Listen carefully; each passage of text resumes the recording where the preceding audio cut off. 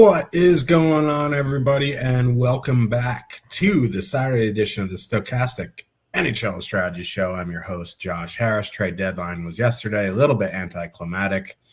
That's the way it goes sometimes. But 7-game main slate here today. A couple teams on back-to-back. Habs getting screwed, having to play a shootout game late last night into an afternoon game on the West Coast here. We will shake our fists at that, but helping me to break it down some, Cliffy, what's going on? Yeah, not a whole lot. A fairly quiet trade deadline. I mean, there's always a bunch of different reasons why that might happen. I honestly think, one of them is the new injured reserve rules, right? Like you have to be cap compliant for the playoffs, so Vegas can't go 20 million over the cap like normal. That kind of is a problem. So I think that limited things. I think another thing is just how close the races are in both conferences, right? Like I was looking at the playoff picture at the deadline last year. There was probably like at least 10 teams, if not up to like 11 or 12 that were just out of the playoffs. Really no chance of making it. This year there's like 6. You know what I mean? It's like half the teams are probably out. Everybody else, even, I don't expect teams like Nashville or New Jersey or Toronto or whatever to make the playoffs, but they're still, 2 really good weeks away from being right back in the thick of it. When you're only picking from like 5 or 6, when there's like 25 teams picking from 6 or 7, there's only so much you can do. So it is what it is. That was yesterday. Today is today. There's going to be some guys that got traded yesterday that are going to play today. We'll talk about that. It's a pretty interesting slate because it looks like there's 2 super chalky spots. Neither of them very good teams. So that always makes for an interesting slate. The Blues did some heavy lifting yesterday. What the fuck were the Wings and the Islanders thinking? I get it from the Islanders standpoint that like a microphone is a upgrade over Callum Ritchie as a 2C, but like Braden Shen. We'll talk about Shen later. I honestly don't mind Shen. Because the thing is like he's not like, Evgeny Malkin in 2010 second line center or Jeff Carter in 2014 second line. Like you have that Pajot line, the third line that is going to get minutes because they're used kind of like a shutdown line. They're pretty good at 5-on-5. It's almost like the Carolina situation where like Logan Stankoven is the second line center, but he's not really because Jordan Staal plays just as much as he does. It's going to be the same thing with the Islanders where, yes, Braden Shen's the second line center, but he's not going to play 19 minutes a night. You know what I mean? So I honestly don't have that big of a problem with it. Justin Falk. The Yzer plan, baby, is something. He needs to donate his brain to science. Anyway, let's get into this slate. 7 games. Got a couple bangers on the board early. What am I doing here? I'm a mess. It's Saturday. Utah, Mammoth, 3.1 total, heading into Columbus. Kind of our Blue Jackets, fuck bonus, with the hate of 38 Suns. The Blue Jackets have a 3 total. Columbus going Fantilli, Marchenko, Marchment. Looks like he's back in. And then Monahan, Ken Johnson, newly arrived Leprechaun, Connor Garland, Coyle, Sillinger, Olivier, Boone Jenner centering the 4th line. What the hell am I doing? Utah is going Schmaltz, Keller, Genther, Cooley, Peterka, Krause, Hayton, Yamamoto, McBain. Looks like Zach Werenski will be back in tonight. That's a big deal. For Columbus, they are starting Elvis Merzlikins tonight after Jack Reeves had a great outing the other night.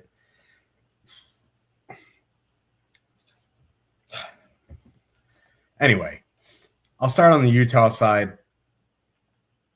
See, this is interesting because the top line is fully correlated, 18,600, 14.6% top 2, 12.2% projected ownership. There's like 4 lines above them in price, and one of them is the Leafs. So like in this range, I kind of like them. Now, there's a couple of I mean, there's not really matchup concerns, right? Because they're going to see a fair bit of that Charlie Coyle matchup. They're below league average defensively. Or Severson or Wensky, whoever, go out a bunch with that Coyle line. But in their 50-plus minutes together, Schmaltz, Genther, Keller have been wildly high pace offensively, tons of expected goals, not scoring yet, but it's only 50 minutes. Like, the sample needs to get larger. It's also a very good power play spot. Now, we've highlighted the struggles of the Utah power play this season, but with Barrett Hayton, it has been improved. So of the expensive lines here tonight, and there's 3 above 20, I believe, or 3 or 4. There's 119 and then 3 20s. Yeah, I do like Utah in this range. They have a higher top 2 than the Leafs, which, thank God. They have positive leverage. Double-digit ownership on a 7-game slate is fine. There's so many ways to get different. I do like Utah 1 here. Utah 2 is fine as a filler. They're fully correlated on the second unit. Now, Sergachev is a game-time decision that will move some people around, but we'll have to wait and see. It's an early locking game. That second line has been good in their 2 games together. They'll see that Fantilli line that also goes out with Werenski. They're a little bit better defensively than the Coyle line, but as a filler, they're a little bit priced above a filler at 13-2, which is annoying. And there's some, other lines in that range that I prefer. So really, it would be Utah 1 for me. You want to one-off Barrett Hayton or something for power play, fine. On the Columbus side, the top line is 18,200, 2.6% top 2, 0.1% projected ownership. Like, they're $400 cheaper than Utah 1, but their top 2 stacks in the tank. There's no one playing them. For that reason, like, if I was 20 to 150 maxing, I'd get a little bit. But honestly, I do prefer the Utah side here. Even if Sergachev plays and it hurts them a little bit defensively, but, it's fine. I think for me on the Columbus side, it would probably be that Coyle line, 10,700, 0.6% top 2, 0.6% projected ownership, just because they get those shutdown minutes. So, they'll play decent ice time. You get Coyle on the top unit. They're definitely priced as a filler. They play more than the Monahan line, especially now that Budenjenner's centering the 4th line. They may even start rolling 4 lines now, which is going to be a concern for ice time. So I probably use the Coyle line as a filler. If you want to take a stab at Monahan, Garland, Johnson, it's probably going to be high offense, no defense type of line at 10,300, but they may only play like 13, 14 minutes. So in this game, I'd go Utah 1, Columbus 3, Columbus 1. But like, if I was MMing, I'd definitely have some Columbus 1. Yeah, this is a pretty interesting game just because I do think there are multiple playable lines in single entry on both sides. Like, and I kind of agree with you. I think there are 7 lines between 17 and 19K on the board here tonight. And Utah 1 would be right at the top of the list for me. Certainly amongst the top 3 of those 7 lines. You mentioned how good they've been together. It has been a small sample, but Clayton Keller's been on fire since they got back from the break. 7 points in 5 games, averaging 3 shots per game. Being perfectly correlated on the power play. Like you mentioned how the Utah power play has been better with Barrett Hayton, and it certainly has. 10.7 goals per 60 minutes. That's like top of my head. That's about 15-16% better than league average, which is a lot better than what they were doing before they had Barrett Hayton on the top power play unit. Now, whether that persists is a different issue, but a perfectly correlated top line going up against Elvis Merzlikins. Like, and listen, like we mentioned on the last show, Merzlikins has been like fine to good since Rick Bowness took over, but we also mentioned how soft the schedule has been, and Utah is probably the best team I don't know. I shouldn't say that. They're probably the best team that Columbus has played in their last 10 games. Like if you look at Columbus's recent schedule, Florida, Nashville, the 2 New York teams, Boston, Chicago, New Jersey, St. Louis, Chicago again, Philadelphia. Like it hasn't really been a murderer's row of opponents. So, and I was looking at how the goalies have performed under bonus by goals saved above expected. Jet Greaves 3 times higher than Merzlikins. At 5-on-5. So like it's a pretty good matchup for that Utah top line. Whether Sergachev is in or out, it doesn't really change a whole lot for me. Like this Utah blue line, I think is fairly underrated for its depth. Like Schmidt and Marino have been a very, very good defensive pair. Obviously, Sean Durzee's been a very good puck moving defenseman for like 5 years now. So I do think there is enough. Even if Sergachev is out, there is enough behind them to kind of still move the puck consistently. And if you want a power play stack, Durzee's $1,500 cheaper than Sergachev is, right? So I really do like Utah one here. I'm not really concerned about any of the matchups from the Columbus side. I think Utah too is perfectly fine in this sense. Like I agree with you. Like they're priced in a weird spot at 13,200.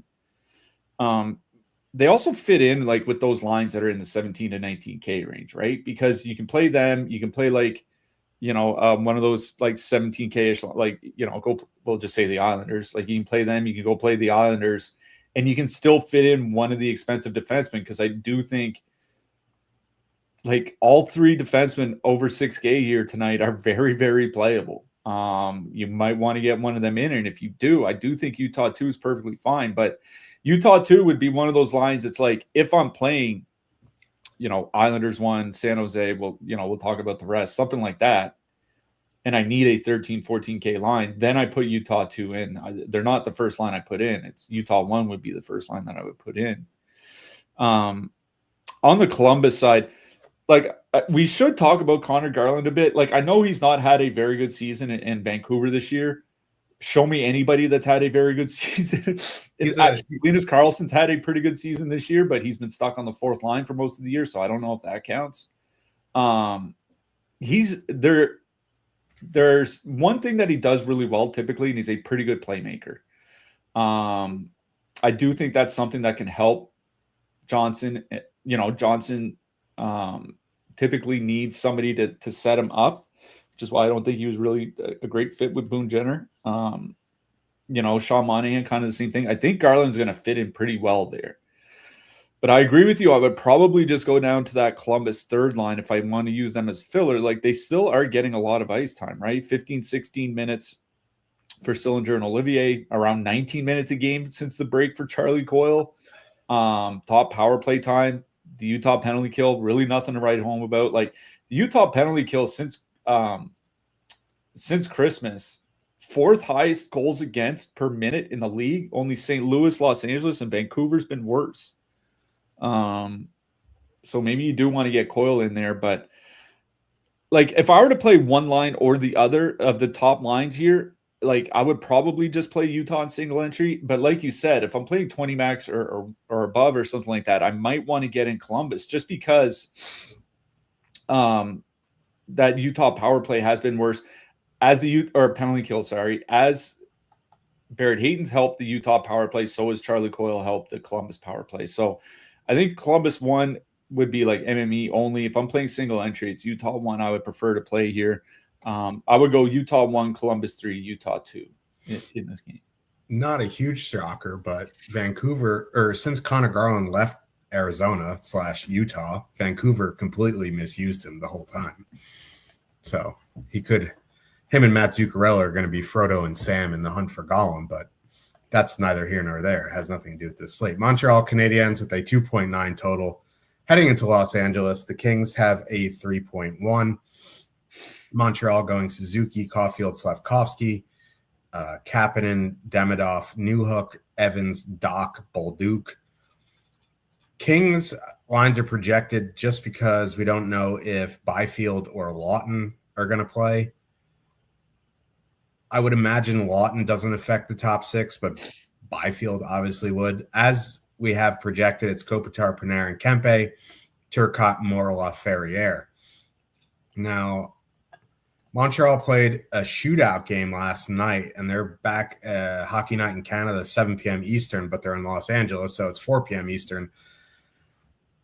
It's kind of a drag, but they are professional athletes here. So, the top line of Caulfield, Suzuki, Slavkovsky, 19,100, 12.4% top two, 6.3% projected ownership, still higher top two than the Leafs above them, lower top two than the Utah top line right below them. Now, they are fully correlated. The Kings take an absolute truckload of penalties. Their penalty kill isn't great. Suzuki played 23 minutes last night. Slavkovsky played 21. Caulfield played 19 and change. As you mentioned to me before the show, Hudson and Dobson just didn't leave the ice, but, defensemen are just weird breeds of people. I don't mind Montreal one here just because, on top of the good power play matchup, the Panarin matchup, even Kopitar, Panarin, Kempe in their 4-5 games, I forget what it is, 4 goals against per 60. You know what I mean? They're just not good. So, it depending on how you want to build your lineup, because they're only $500 more than Utah one. In single entry, I think push comes to shove, I'd probably save the 500 and go to Utah just because they're not back-to-back on the road. But if you like Montreal here, I have no issue with it. It's a great 5-on-5 matchup. It's a great power play matchup. So I do like Montreal 1 here. Montreal 2 and 3 is just not really my cup of tea. So it would be Montreal 1 or bust. I guess you could do a Demidov 1-off if you really wanted to. On the Kings side, the Kings top line, 18,100, 17.5% top two, 18.5% projected ownership. Now, they're cheaper than Montreal. They're cheaper than Utah, and they have a higher top two stack. Now, they also have a lot more ownership. They're also going into the Suzuki matchup, which is not a good one. Now, it is Jakub Dobish. He's been fine. Better than Montembeault for most of the season. It's I don't know if I want to play almost 20% Kings 1 here, even though they're fully correlated in a good power play spot. They just, they're scoring, which is what Panarin's line do. They just aren't controlling the play, which Panarin's lines do, but they have a bad 5-on-5 matchup. So I'm more likely to play the Canadiens. I'm more likely to play Utah here. If you want to play the Kings, fine. It's just, if the ownership was flipped and they're coming in at 7%, it'd be a different story. But almost 20% on a 7-game slate, I'm going to take a pass. If the second line is Turcotte, Moore, Laferriere, that does interest me at 10,700 against the middle six of Montreal. Moore and Laferriere have played a decent amount together. They've been good. Turcotte, Turcotte's a pretty good center. He won't play a ton of minutes, 12, 13, 14 minutes, but 10,700 against the middle six of the Habs on a back-to-back, sign me up. So in this game for me, I'm going Montreal 1, LA 1, LA 2. Yeah, one thing I'll mention is, we'll see when warm-ups hit. I'm pretty sure Montreal's going to be scratching some guys. They've lost 3 or 4 since coming out of the break. They completely shuffled the line for the last game and lost again. They've given up 18 goals in 4 games. I imagine Texier's been sitting. I'm not sure if he's going to be in, but Joe Veleno might come in just because their penalty kill has been atrocious. Montreal's last 15 games, they've given up 16 power play goals against. And Veleno's been probably their best penalty killing forward this season. So I imagine Montreal is going to see some lineup changes. We're going to have to see what that looks like in the Discord, or we're going to mention what that looks like in the Discord when warm-ups start. For now, we have to assume they're going to run the same lines. 19,100, I honestly think it's fine to play Montreal 1 here, just from the perspective that it's a great power play matchup for them, right? Montreal's 3.1 power play opportunities per game since Christmas. It's the 7th highest rate in the league. Conversely, since Christmas, the Los Angeles Kings, second worst penalty kill in the league. Only Vancouver's been worse by goals against per minute. So like, this is a really good power play matchup for the Habs. I do worry about the timing.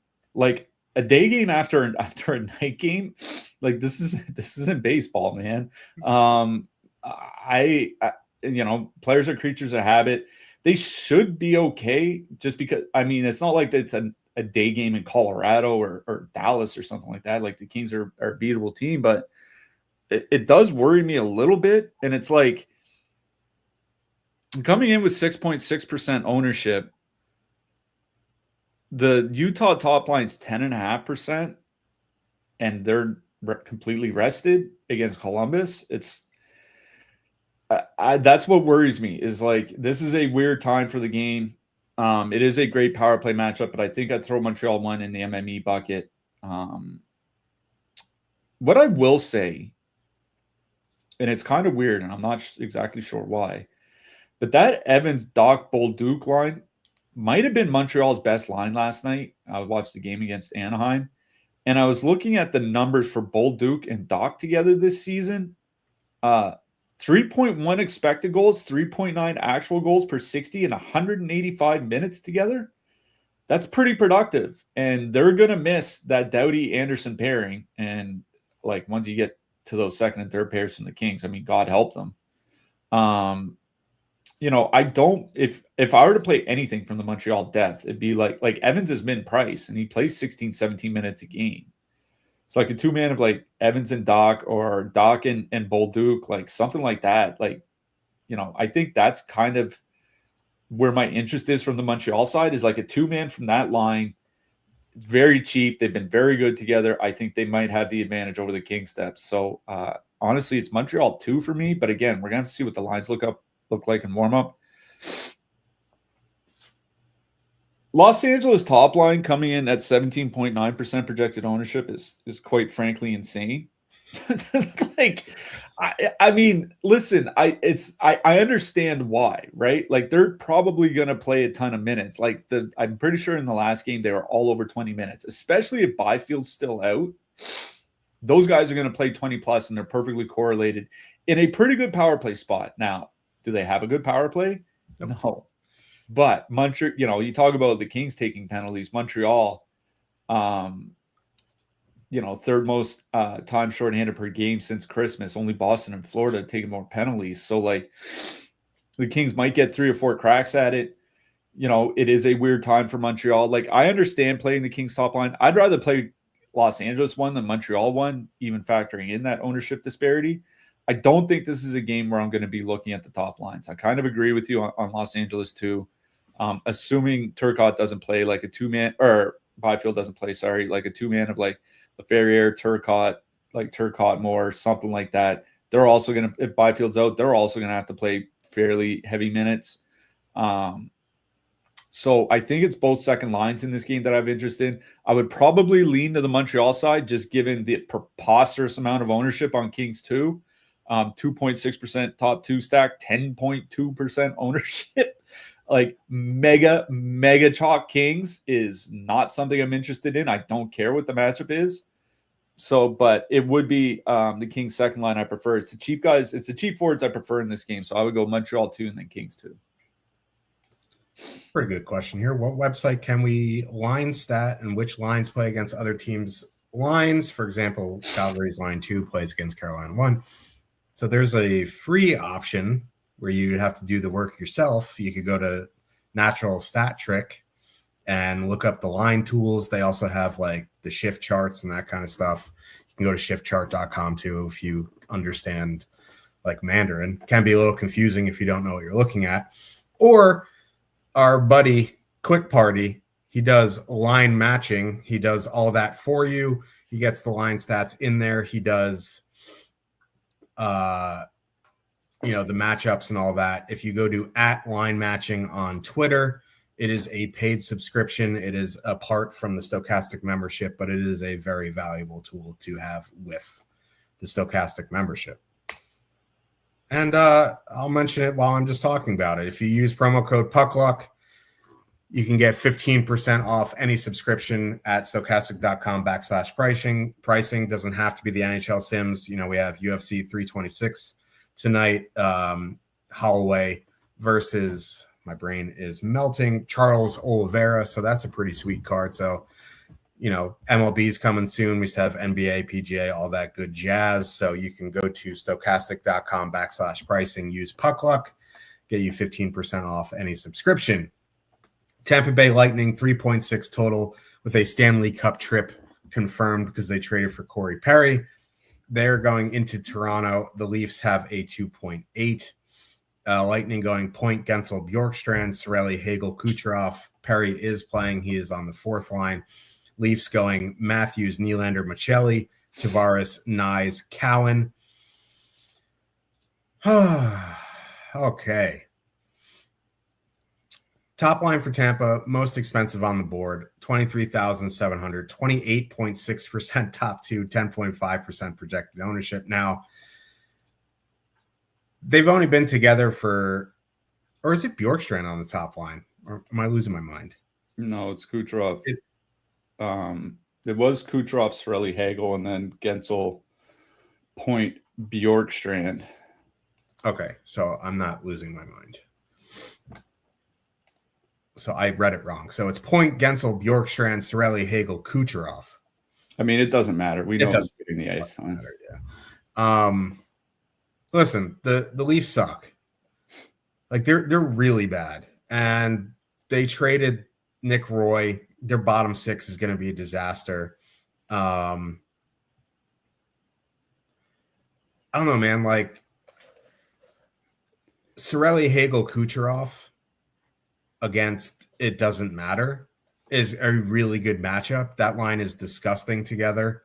They're 21,300. Now, if it is Point, Gensel, Kucherov, they're 23,700. But I don't have an issue going Cirelli, Hagel, Kucherov here.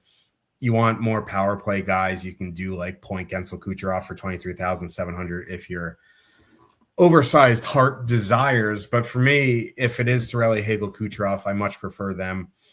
Over 230 minutes together, 4.5 expected goals per 60, 4.8 actual. Just absolute nitrous, like just Sunoco 96 grade fuel. There's no matchup concerns. Like Matthews and Nylander, poopers defensively. Tavares, Nyes, Cowan, poopers defensively. A Max Domi centered line. Get the fuck out of here. So I really do like Cirelli, Hagel, Kucherov. If you want the more power play guys, you could do some sort of power play stack. That's fine. You know, Bjorkstrand's 3,500, doesn't play a ton, but it's the Leafs. So, but if it is Cirelli, Hagel, Kucherov, that is the preferred line for me. On the Toronto side, Matthews, Nylander, Michelli, 20,400, 11.4% top two, or excuse me, 11.9% top two, 4.4% projected ownership. It's just a price thing, right? Well, one, it's a terrible matchup. Two, the price is ridiculous. 20,400 when you have LA one cheaper, you have Utah one cheaper, you have Montreal one cheaper. Those are three lines I would prefer to play over Toronto one here in this matchup. Terrible power play matchup. The Leafs power play sucks anyway. You know, these lines, like Tampa is one of the best defensive teams in the league. So I'm out on the Matthews line. The Tavares, Nyes, Cowan line, they've been atrocious in their few games. I'm out on them. I'm not playing a Max Domi bottom six line. So by process of elimination, I'm out on the Leafs skaters. Yeah, I don't really have a ton of interest in the Toronto skaters either. It was funny. I saw a quote. I mean, we mentioned on the show, I think on Thursday, how the Leafs just look completely checked out right now. And then I saw Matthews give an interview today talking about how they're not checked out and they want to play hard for the fans. I was like, the example I gave on Thursday was George Costanza driving around dragging the World Series. The one I'll give today is that time when Kramer wanted to make the bet that he could stop talking, but he kept talking and he's like, all right, starting now. And it's kind of like, it's kind of like the Leafs, like they just absolutely mailed it in for the last 2 weeks. And they're like, okay, now we're going to start trying. And it's like, I'll believe it when I see it, man. 20,400, a pretty steep price. Like we'll get to Carolina in a second. I know Carolina's on a back-to-back, but if it's like, would I rather play Carolina in a back-to-back facing a Calgary team that has no one, a third of the lineup is AHLers, or would I rather play Toronto for $1,600 less against a legitimate Stanley Cup contender? I mean, it's a pretty easy decision for me. So, yeah, I'm kind of with you. I don't have a ton of interest in the Leafs. What, like, I always say I don't mind like a one-off Matthews or one-off Nylander. I will say like one-off Easton Cowan is kind of interesting to me just because of his price. He's $2,800 with all the guys that have been traded. Like, he's probably going to have to play around 17 minutes. So like $2,800 for 17 minutes on a John Tavares line. Like, I do think there are worse ways to spend your money, but like there's nothing from Toronto that I'm stacking. The question is what to do with Tampa Bay. Like, you know, we in top stacks, we do have it as Point Gensel Kucherov. You know, their last game, it was Hagel, Cirelli, Kucherov. You know, Tampa has been on a little bit of a slide of late, right? Like, they've lost 4 games in a row and they've given up 20 goals in those 4 games. 3 of them pretty tough games in Carolina, in Minnesota, and against Buffalo. The one against Winnipeg is kind of stands out like a sore thumb, but it's like, you know, Toronto is not Minnesota. It's funny to say Toronto is not anywhere near as good as the Buffalo Sabres. It's just kind of the way it is. But, you know, the like you said, the old Tampa top line with Cirelli, Hagel, and Kucherov is 4.9 goals per 60 minutes. Hagel hasn't been producing a ton lately, but he still has 17 shots in his last 5 games. Like, he has been staying involved pretty heavily. I don't know. It's one of those things, like, obviously it's pretty hard to stack Tampa Bay, but I'm more inclined to do it on a slate this small. And when I ran the Sims, out of my pool, in my pool of players, it gave me 18% Kucherov. And then when I narrowed it down further to the top 300 lines, it was 27% Kucherov ownership. Like, the Sims that I ran seems to love Kucherov here tonight. So I think a one-off Kucherov at the very least is perfectly fine.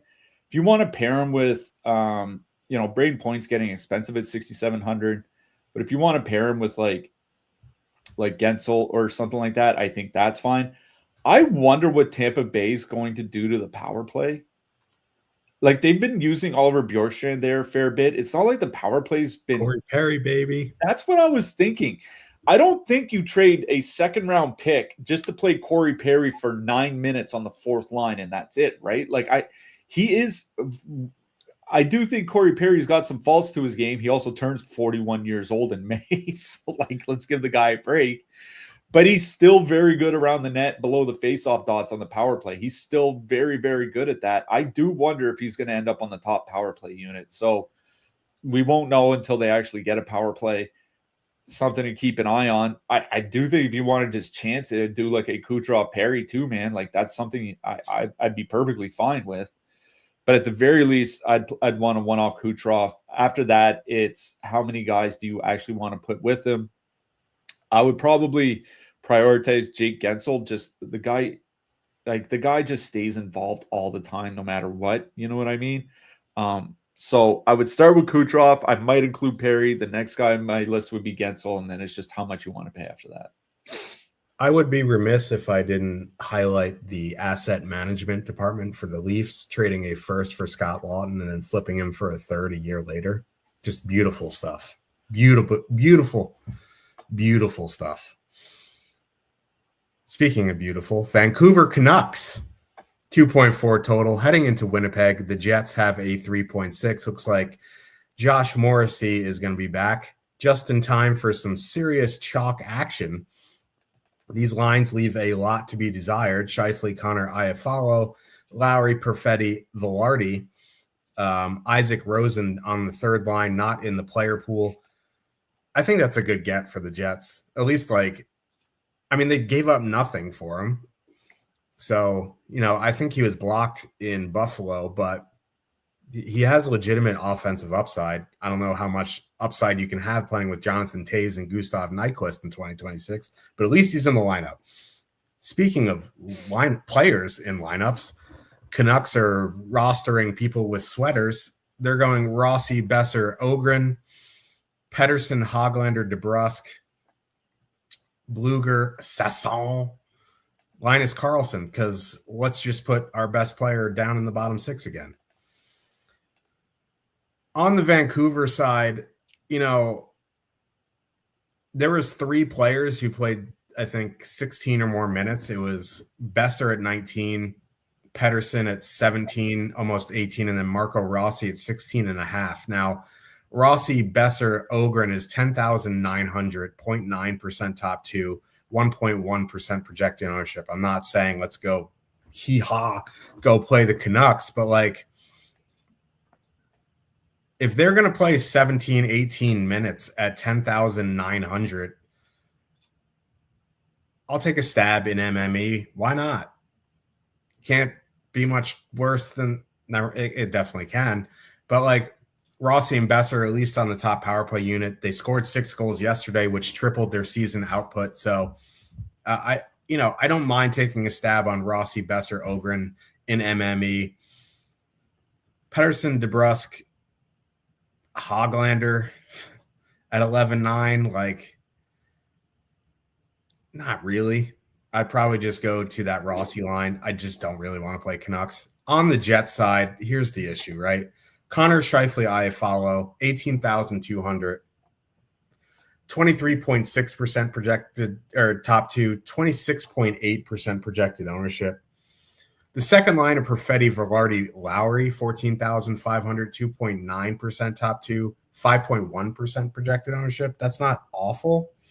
And they've been good together in 50 minutes. You get Velarde and Perfetti on the top power play unit. It's a really good power play matchup. Kind of want to get Kyle Connor in there. I guess you could do some sort of power play stack, but Scheifele and Connor are wildly expensive, probably for good reason. Josh Morrissey is cheap at 5,100, so I guess you could do something like Winnipeg 2 plus Morrissey or Winnipeg 2 plus Connor or something like that. I really want to focus on the power play guys, but I do like that second line just because they're 14,500. And, Vancouver's atrocious at 5-on-5 defensively. So, I don't mind Winnipeg 2. I do worry about stacking Winnipeg 2 without Connor and Scheifele just because of how good of a power play matchup it is. Now, the power play without Nikolai Ehlers this year, not great, but this is an unbelievable matchup. There's just so much ownership on Winnipeg 1 that I'd probably just go down to Winnipeg 2. Yeah, so for me, I'll just go quickly on the Vancouver side. I think the only line I'd have interest in is the third line. Sasson and Karlsson have actually played well together this season. 57 shot attempts for, 40 against per 60 minutes in nearly 120 minutes together, 5-on-5. At least they're driving the play. That's something that I don't think any other Vancouver line has done this year. And I'm not saying that as a joke. I'm pretty sure no other Vancouver line has been able to drive the play this year. I fear that we missed the boat. I think Teddy Bluger scored last night. So, if you want to do a Sasson, Karlsson, Bluger, Karlsson, 2-man, something along those lines, I think that would be my interest in Vancouver. I don't really have any interest in playing the guys higher in the lineup. It's just the cheap guys if you want to put them in with Carolina, Tampa Bay, those types of things. It's just that cheap third line that I would go to. The Winnipeg side, I get what you're saying about not playing Winnipeg 1 with all the ownership. The problem, one, it's the Vancouver Canucks, right? It's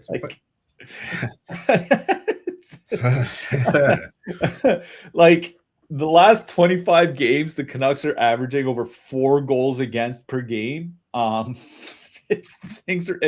they're road back to back here tonight. And their better goalie won yesterday, Tilo Polo, or whatever his name is. Yeah, and the other thing is the ice time, right?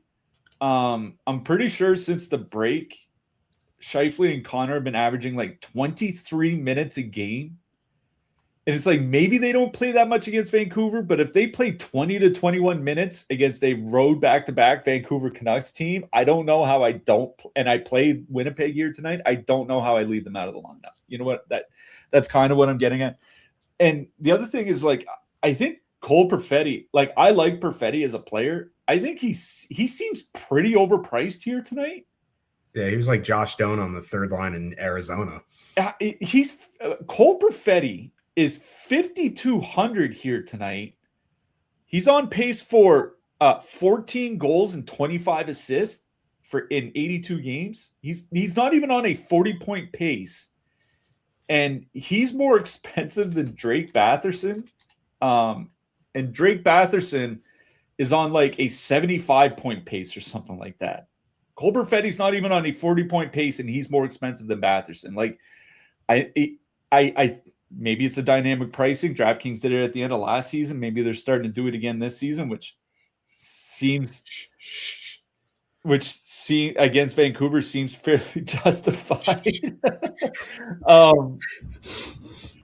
For me, I would probably just straight up either power play stack or Josh stack Winnipeg. Like, I don't think I'm just playing one line or the other. It's just such a good matchup that if I play Winnipeg, it's Scheifele, Connor, Velarde, Perfetti, Morrissey. And then if you want to add in Iafallo, Adam Lowry, like one of those guys, I think that's kind of the route that I would go. I wouldn't just play like the top line or the second line or something like that. Like, it is too good of a matchup. And even the Winnipeg second line has been good together. You know what I mean? Regardless of the iteration, as long as Lowry and Perfetti have played together, they've actually been fairly productive. So I would probably just power play stack Winnipeg and go about my business. Like, the Winnipeg power play, not great this year, but as long as Perfetti and Morrissey have been on the top power play unit and not like Gus Nyquist and Logan Stanley, they've actually been able to be above average for a top power play unit. And just being above average for a top power play against this Vancouver penalty kill, the Vancouver penalty kill since Christmas, 14.7 goals against per 60 minutes. That is 3.5 goals more than the next worst team. It is horrific. And that's why I'd probably just straight up Winnipeg power play stack or Josh stack them and use the Winnipeg power play guys and then add in Iafallo or Lowry or something like that. That's where my interest is in this game.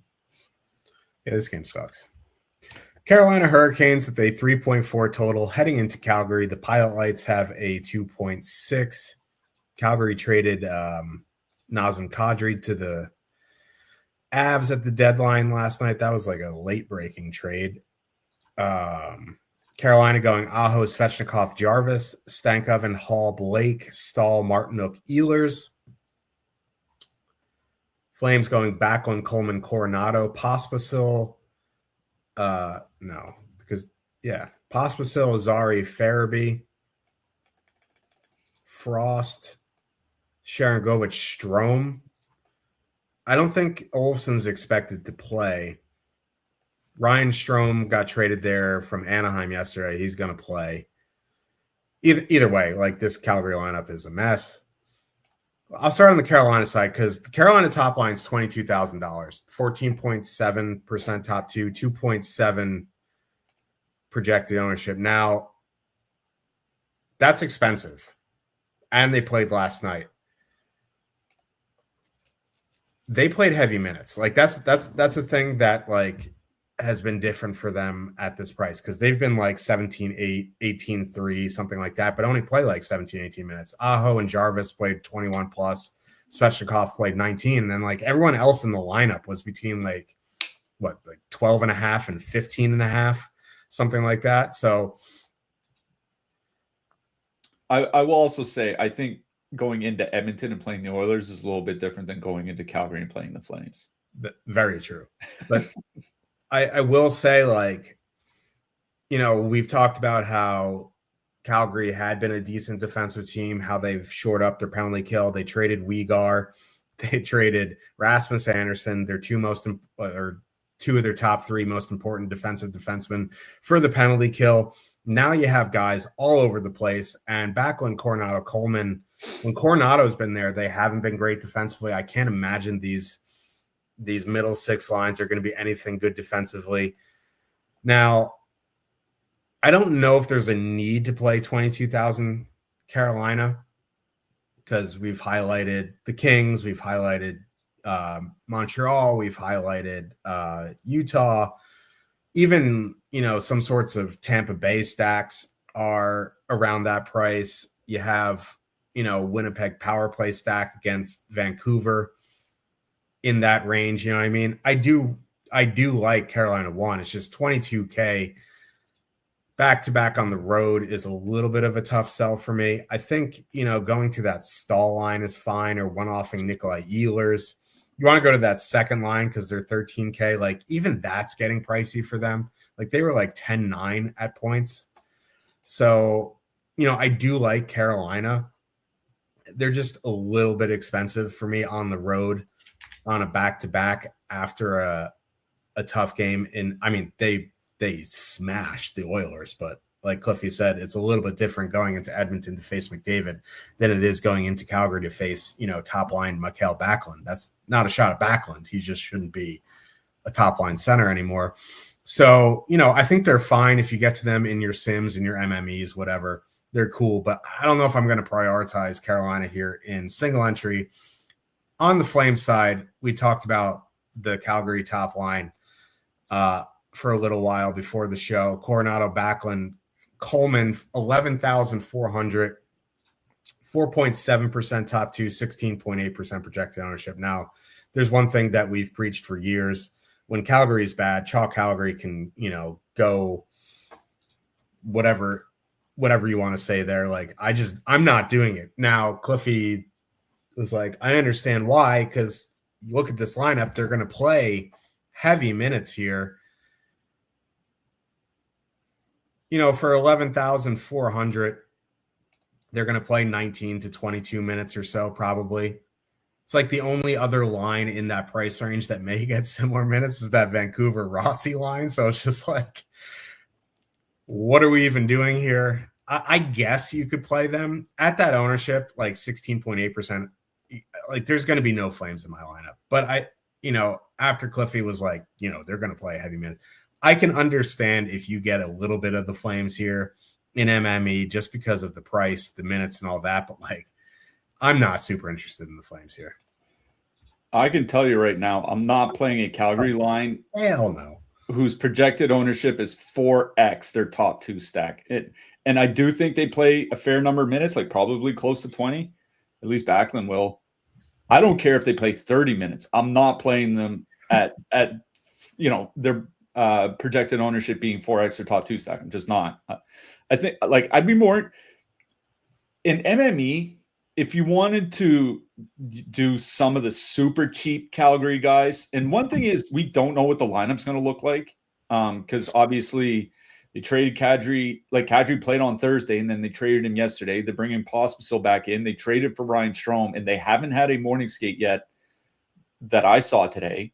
So we don't know what the lineup's going to look like. Yeah. And it's so if you want to chance it, and because there are 3 games starting at 10 o'clock Eastern, so you can swap around a little bit. Like, I think Morgan Frost takes Kadri's spot on the top power play unit. Now, what you think that's worth in this matchup, fantasy value against the Carolina Hurricanes, is up to you. I don't think it's worth a whole lot, but like, if you do want to chance it and do like a Frost Sharon Govich or a Frost Farabee, maybe they play together and do a 2-man like that, I wouldn't say no, but I'm not playing the top line with their ownership. So probably really don't have a lot of interest in the Flames, other than if you want to one-off a cheap, 3K Morgan Frost on the hopes that he gets to the top power play, or a cheap Joel Farabee, Ryan Strome, okay, but I'm not stacking anything. The Carolina side, like, I honestly think the top line played a ton of minutes against Edmonton last night because their plan was not to play them a ton of minutes here tonight. Now, it's just my guess. We'll find out when the game actually happens. But that's my concern, is that these guys end up playing 18 minutes and not 20 or 17 minutes, because it is a very, like, this was a bad Calgary team before they traded Kadri, Weegar, and Anderson. So, like, I don't think it's going to get a whole lot better. And at 22K, I'd rather just go and make some sort of Tampa Bay stack. I'm going to be honest. So, not playing Carolina 1. Carolina 2 is really the only line I have a ton of interest in this game. Stankov and Blake Hall. I think Blake scored twice last night, 1 goal short of 20. Since Jacob Slavin came back, that line, 76 shot attempts, 3.5 expected goals, 3.1 actual goals per 60. They've been skating 15 to 16 minutes a game. Perfectly correlated on the second power play unit. Now, I don't know who's going to run the second unit. I imagine if Gostisbehere doesn't play, because Shane Gostisbehere got hurt last night, Alex Nikishin took over the top power play role as expected. I imagine Sean Walker would take over the second power play unit. I don't, actually, sorry, it was Keandre Miller. Keandre Miller took over the second power play unit. So you can do like Carolina 2 plus Miller, and it's fairly cheap. And I do think those guys are going to play reasonable minutes against a bad Calgary team. So I think Carolina 3 is perfectly fine. I think they play similar minutes to the Carolina second line, but I want to get the perfectly correlated line on the second power play, because Calgary's power play or penalty kill was actually good through the first 30-ish games, and then they traded Anderson, and now they've traded Weegar. It's going to get worse. So for me, it's Carolina 2 in this game. Ottawa Sens 3.2 total. Heading into Seattle, the Kraken have a 2.7. So Warren Fogle meeting the team in Ottawa, he might play, but like the lines are just projected right now. Bobby McMahon's not playing for Seattle. Larson and Ryan Lindgren missed morning skate. But as we have it now, Ottawa's going Stützle, Batherson, Giroux, Cousins, Tkachuk, Grieg, Pinto, Amadio. And, if Fogle plays, I think he probably takes that third line spot from Cousins. Yeah, I agree. Seattle going Beniers, McCann, Eberle, Stevenson, Schwartz, Tolvanen, Wright, Kakko, and Berkeley, Catton. Get ready to learn Bobby McMahon there, Berkeley. On the Ottawa side, it's a good power play matchup. It's a very good power play matchup. It's a pretty good 5-on-5 matchup. Now, I wonder if the Stevenson line, I would imagine the Stevenson line is going to go out against Stützle just because they play a lot more than Cousins and Tkachuk. I mean, if that's the case, I don't mind Stützle, Batherson, Giroux. Like, they've been good in 118 minutes. They're coming in. They're $1,100 cheaper than the Cousins Tkachuk line, a little bit lower top two, a little bit less ownership at 5.5%. I guess you could turn it into a power play stack if you wanted. Leave off Giroux, add in Brady Tkachuk. That would make it 19,600. But you get the Stevenson matchup at 5-on-5, which is an advantageous one. Even with Jaden Schwartz there, they've been getting run over. I think, if you want to do it the other way around, you could go Cousins, Tkachuk, leave off Grieg, add in Batherson. That's 18,300. I think that's another way to do it. Like, if I'm going to do some sort of power play stack, it's going to be around Brady Tkachuk. But I'm fine with either of the top two lines here. I'm even fine with the third line. Pinto, Amadio, if it's Cousins or Fogle. If it's Fogle, they're 10K. If it's Cousins, it's like 10K or a little bit less. They've been excellent in 125 minutes. There's no matchup concerns. You can use them as a filler. But for me, I'm trying to use either of the top two lines, but I'd probably try to turn it into a power play stack, and I would build it around Brady Tkachuk.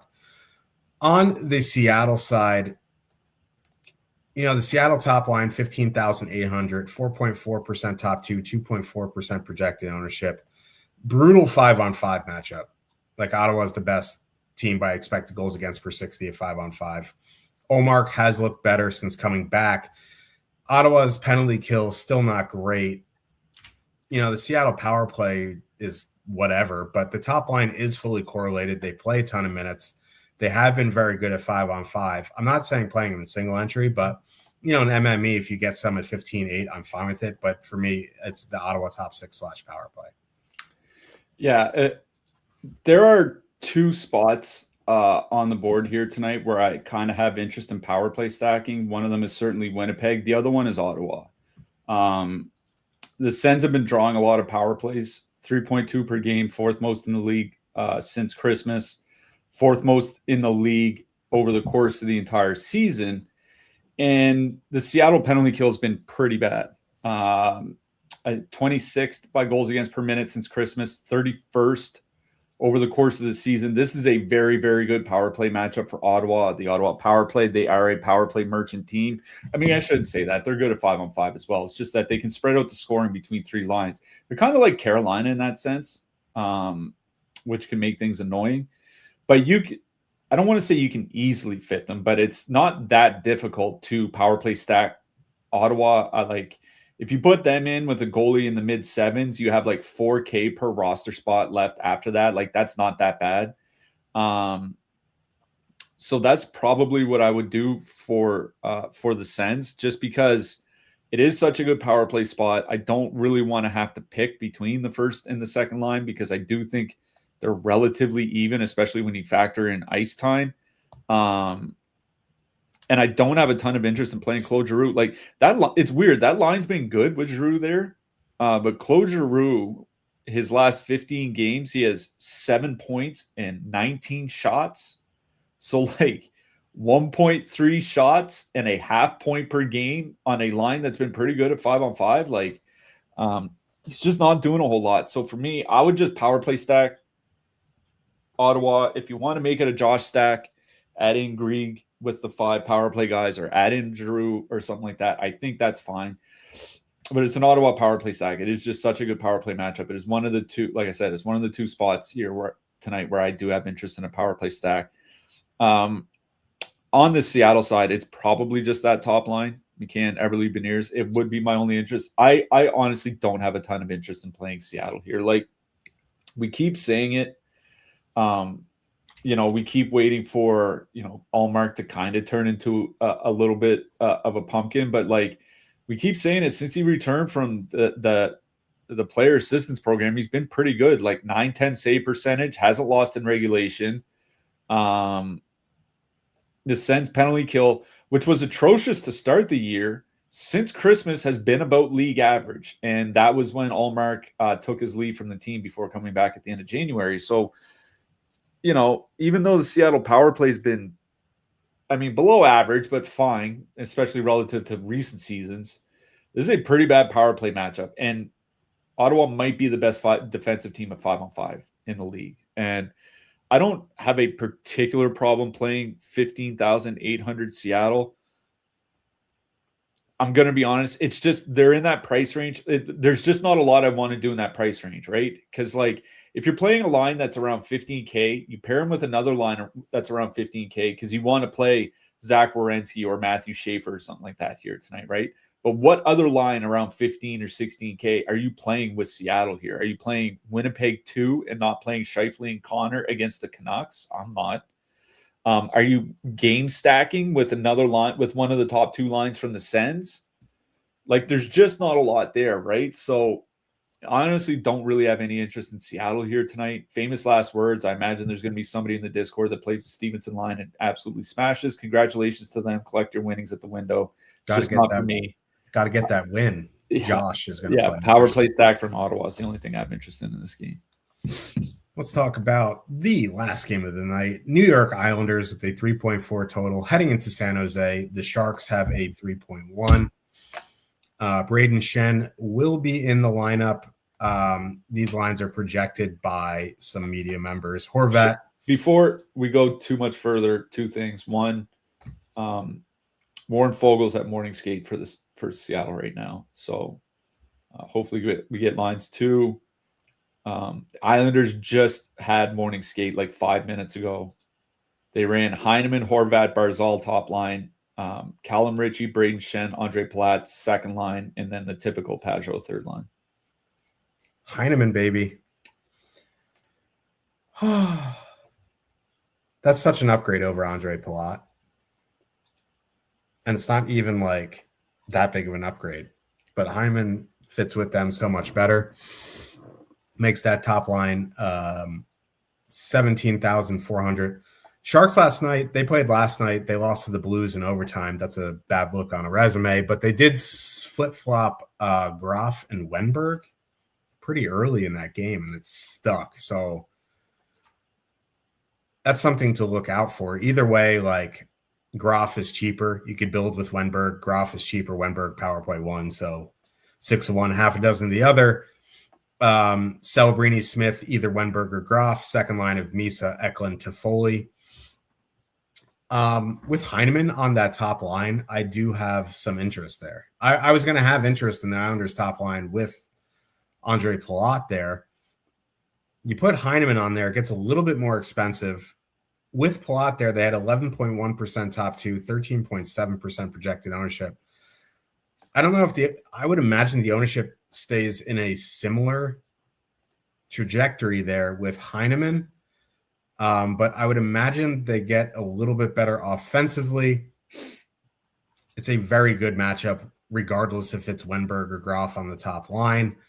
It's a very good power play matchup. You get Horvat and Barzal on the top power play. Now, the Islanders' power play isn't great, but Matthew Schaefer is an absolute alien, so crazier things have happened. I'm in on that top line, 17,400. Now, the other line of note, you said Peugeot, Lee, and Holmstrom are together, right? Yeah.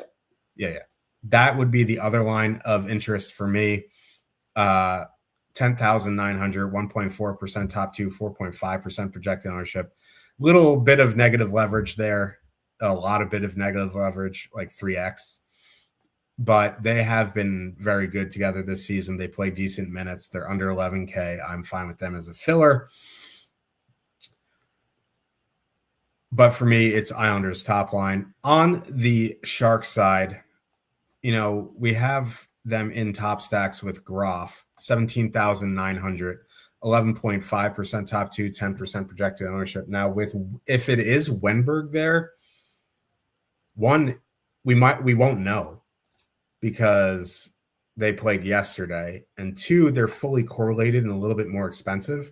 I think you just build with Wenberg if you want to play the Sharks. Yeah, I agree. You just build with Wenberg and it's Graf and you want to swap, then you have the salary to swap down. It's only $400 less. Yeah, but like Wenberg is on the top power play unit. It's a good power play matchup. So I think you could just leave Wenberg there because, if people are assuming Graf, Wenberg is going to be much lower owned anyway. So, that Sharks top line either way is in play for me. That second line is interesting. Misa, Eklund, Toffoli. Not that they've been great, but they're giving Misa a chance here. He's what is he, the second pick in the draft? They're 11,800. The Islanders aren't a good defensive team. I don't mind taking a stab on them in MME as a filler, but for me, it's both top lines for sure here. Yeah, we always talk about how good the Islanders' top line is whenever Matthew Barzal and Bo Horvat are together. They're up almost 200 minutes together, 5-on-5 this season, 3.6 expected goals, 4.2 actual goals per 60. That is absolute nuts. It's basically just a step below what Tampa Bay does. So that's why I didn't mind playing them with Palat. With Heineman there, like Heineman's just a pure shooter. So I honestly don't mind having Heineman on that top line. I do like that Islanders top line here at 17,000, with Heineman at 17,400. I'm perfectly fine playing them. Again, there are a lot of lines.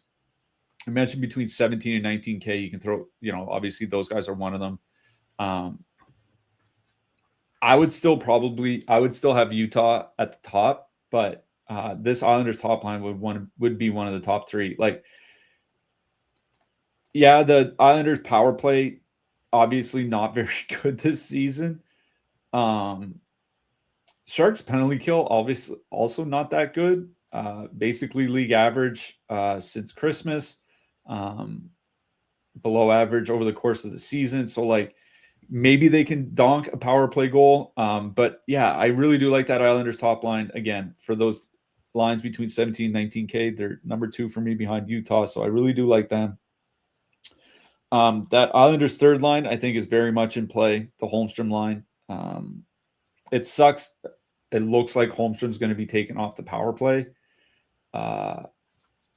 Again, the Islanders power play wasn't that good to begin with. So I do think that Islanders third line is perfectly playable here. 10,900. I'd rather play them than Calgary. I'm going to be honest. So Islanders 1, Islanders 3.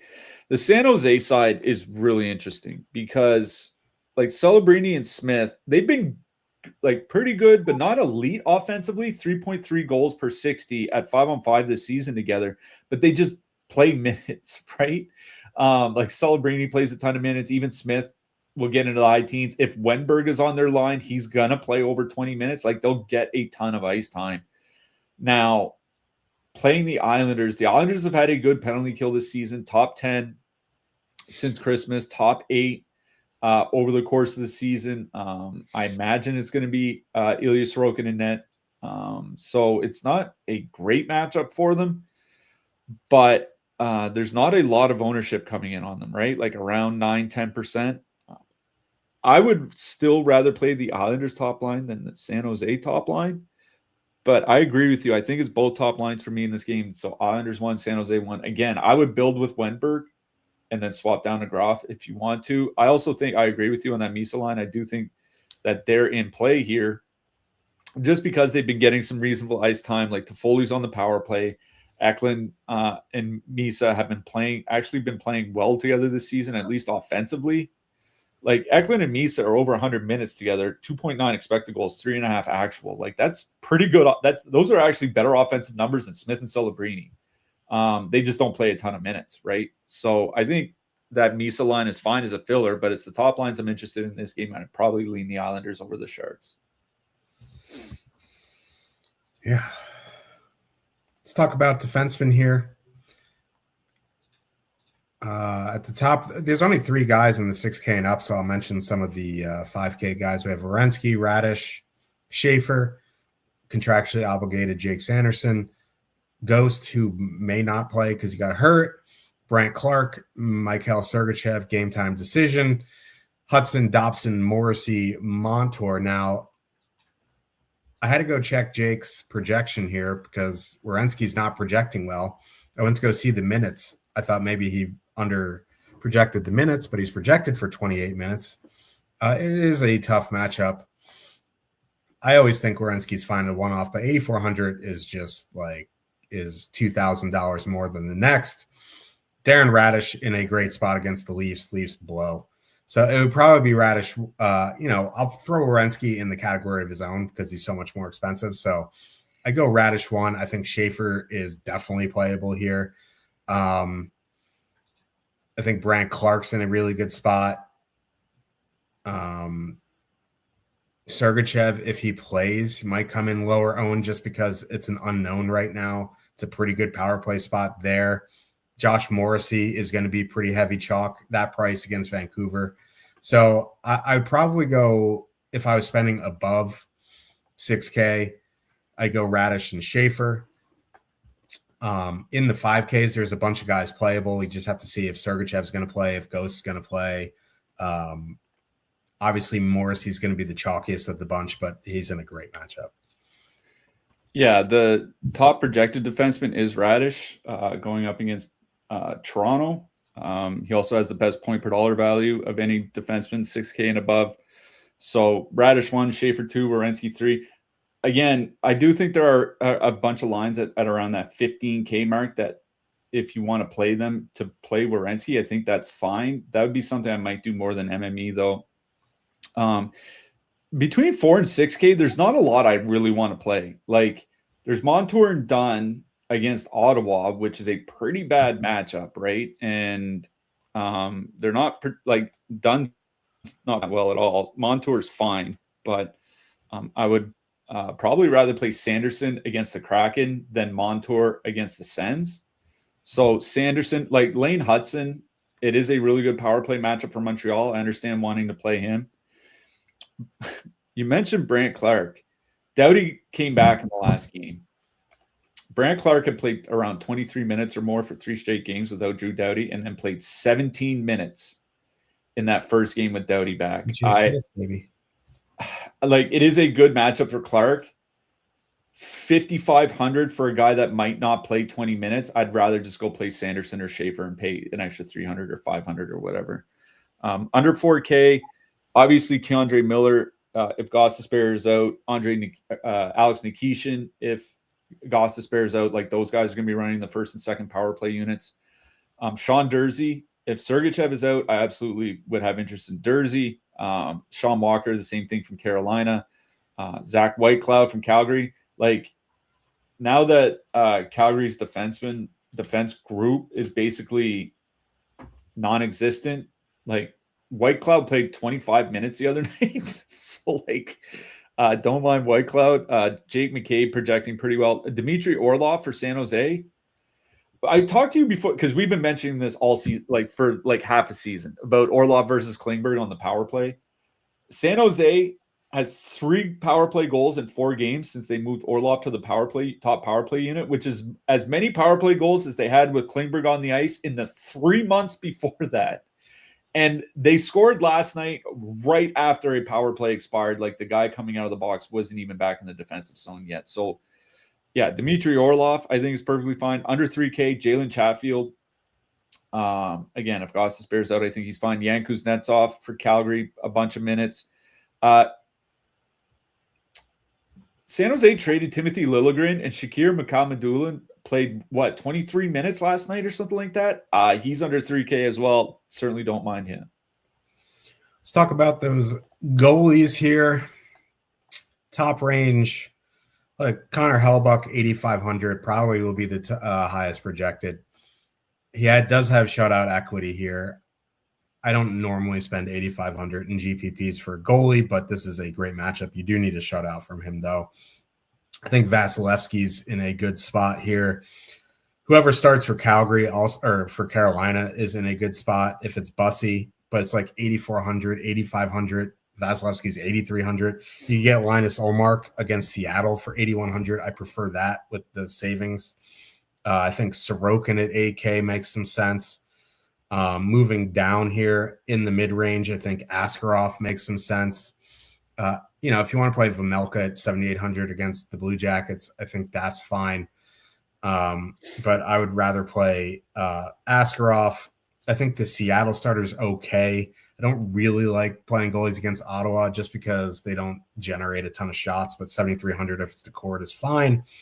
And then for the cheap guys, I think Dustin Wolf at 7K against Carolina back-to-back on the road. With a depleted team in front of him, he might see 712 shots. Yeah. The top 3 projected goalies are Hellebuyck, Bussy, and Vasilevsky. Those are also the top 3 goalies by point per dollar value here tonight. If I have 8,500, I'm just playing Connor Hellebuyck instead of Bussy or Vasilevsky, right? He's at home. Vancouver's rode back-to-back with it. And I know they scored 6 goals last night, but they've been one of the worst scoring teams in the NHL since Quinn Hughes got traded. So if I have the salary, I'm paying up for Hellebuyck. If I need to save, Joey Decourt or Dustin Wolf for me. Dobish against the Kings, I think, is fine. I do worry about shot volume there. It's kind of the same thing for Askarov. So for me, like, of the expensive goalies, it goes Hellebuyck 1, Bussy 2, Vasilevsky 3, but I'd probably just play Hellebuyck even though he's the most expensive. The only 2 cheap goalies I really have interest in are Decourt and Wolf. We will be back, I believe, on Monday. I haven't looked at the full schedule, but I'm pretty sure there's a 5-game slate on Monday. Yeah, next week it's Monday, Tuesday, Thursday, Saturday, because Wednesday and Friday it's like 1 and 2 game slates. There you go. Who you liking for your hat trick pick? Didn't mention him. It's kind of getting a bit more involved. I'm going Shane Pinto. The Pinto Bean, elite gambler. I don't know. Let's get spicy. He's a little bit taller than this figure right here, going Connor Garland. Okay. I mean, be interesting. But yeah, we'll see you on Monday. As always, appreciate all the support. Promo code PuckLuck if you want to try out the NHL Sims. We'll see you in the Discord, and good luck, everybody. Good luck tonight, everyone.